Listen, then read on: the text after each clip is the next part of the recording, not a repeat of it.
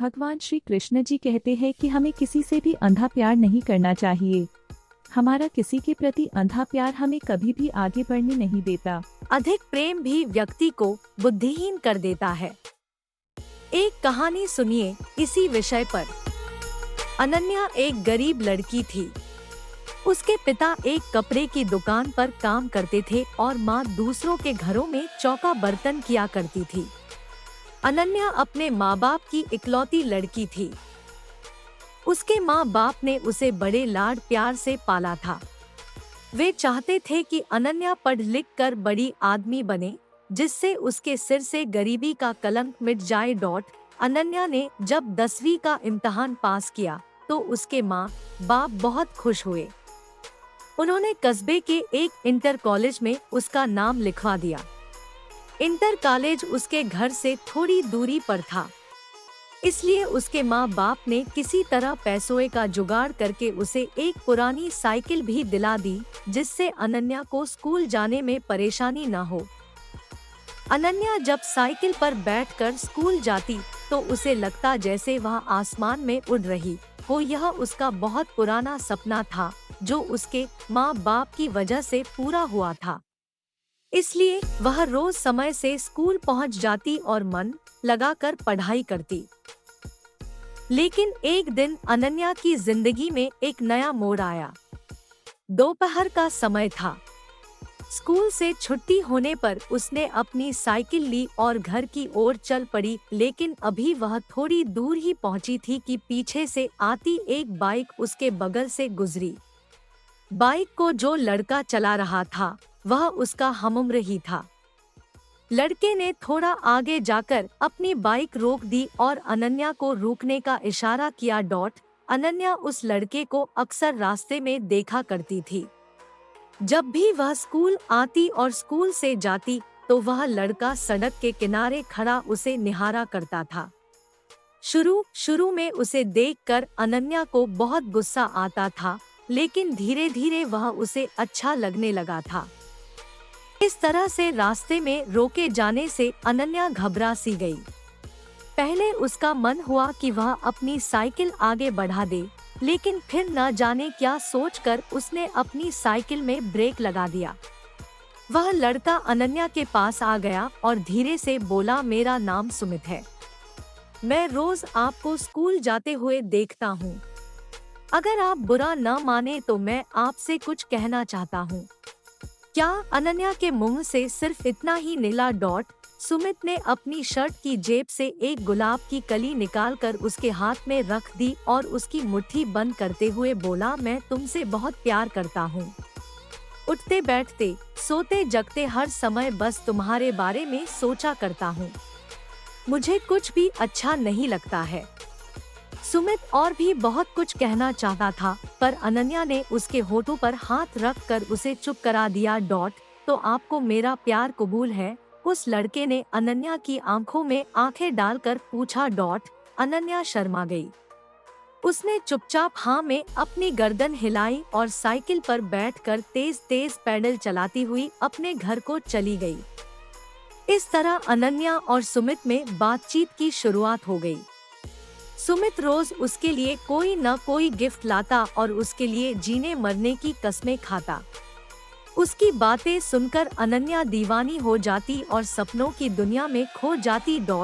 एक दिन सुमित ने अनन्या से कहीं घूमने चलने का आग्रह किया।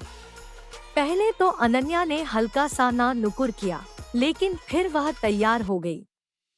उस दिन अनन्या बहुत खुश थी। वह तय समय पर उस जगह पहुंच गई जहां पर सुमित ने उससे मिलने के लिए कहा था। सुमित ने अनन्या की साइकिल को एक दोस्त की दुकान पर खड़ी कर दी और अनन्या को बाइक पर बैठाकर चल पड़ा। सुमित अनन्या को लेकर नदी के पास पहुंचा। वहां पर उसने अपनी बाइक खड़ी कर दी और दोनों लोग घास पर बैठकर बातें करने लगे। सुमित ने अनन्या से एक दो बातें की, फिर वह उसके करीब आ गया और उसके चेहरे से खेलने लगा। धीरे धीरे अनन्या पर एक नशा सा छाता चला गया। शायद वह सुमित के मन की बात समझ नहीं पाई, इसलिए उसने अपने आप को सुमित के हवाले कर दिया। दोनों लोग एक दूसरे के प्यार में खो गए और दो जिस्म एक जान हो गए। अभी वे दोनों लोग ठीक से नॉर्मल भी न हो पाए थे कि तभी न जाने कहां से वहां पर 3 लड़के आ गए। उन्हें देखकर अनन्या हक्का बक्का रह गई और जल्दी जल्दी अपने कपड़े सही करने लगी। यह देखकर एक लड़के ने उसका हाथ पकड़ लिया और अपने पास घसीटता हुआ बोला, इतनी भी क्या जल्दी है रानी, हम भी तो तुम्हारे दीवाने हैं, थोड़ा हमारा भी तो मनोरंजन कर दो। अनन्या ने कातर दृष्टि से सुमित की ओर देखा, पर वह अनन्या की मदद करने के बजाय हंस रहा था। यह देखकर अनन्या का हृदय चीत्कार कर उठा, यानी कि यह सब सुमित की एक सोची समझी चाल थी। अनन्या आगे कुछ सोच ही नहीं पाई, क्योंकि वे तीनों लड़के उसके ऊपर भूखे भेड़िए की तरह टूट पड़े थे। अनन्या मदद के लिए चिल्लाती रही और वे उसे नोचते सोचते रहे।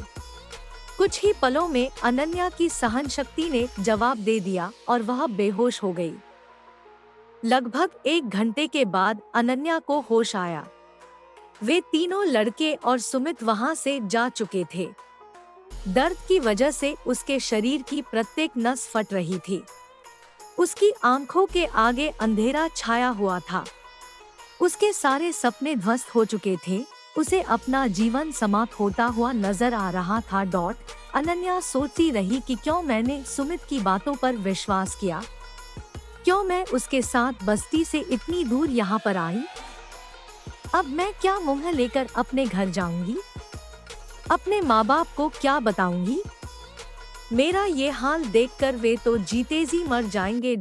अनन्या के शरीर में बिल्कुल भी शक्ति नहीं बची थी। वह किसी तरह घिसटती हुई नदी के किनारे पहुंची। नदी का पानी कलकल करता हुआ तेजी से बह रहा था।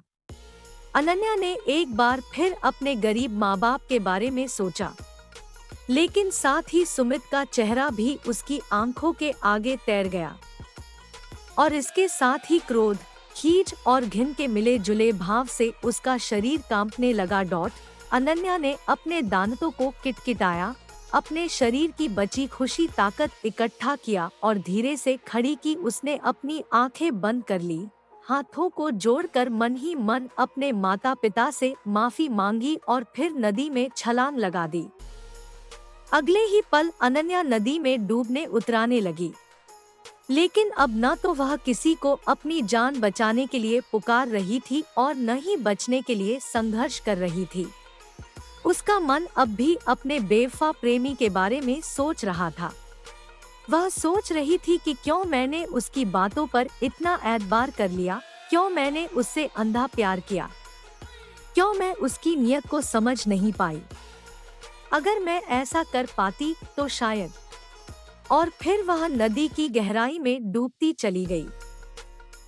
दोस्तों, किसी से प्यार करना, किसी पर एतबार करना बुरा नहीं है, लेकिन अपने भीतर जज्बातों को पहचानने की क्षमता भी रखिए।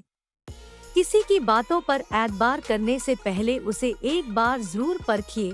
किसी को अपना तन मन सौंपने से पहले उसके परिणामों के बारे में भी जरूर सोचिए, नहीं तो आप भी अनन्या की तरह धोखा खा सकते हैं। आप भी उसकी तरह ठगे जा सकते हैं।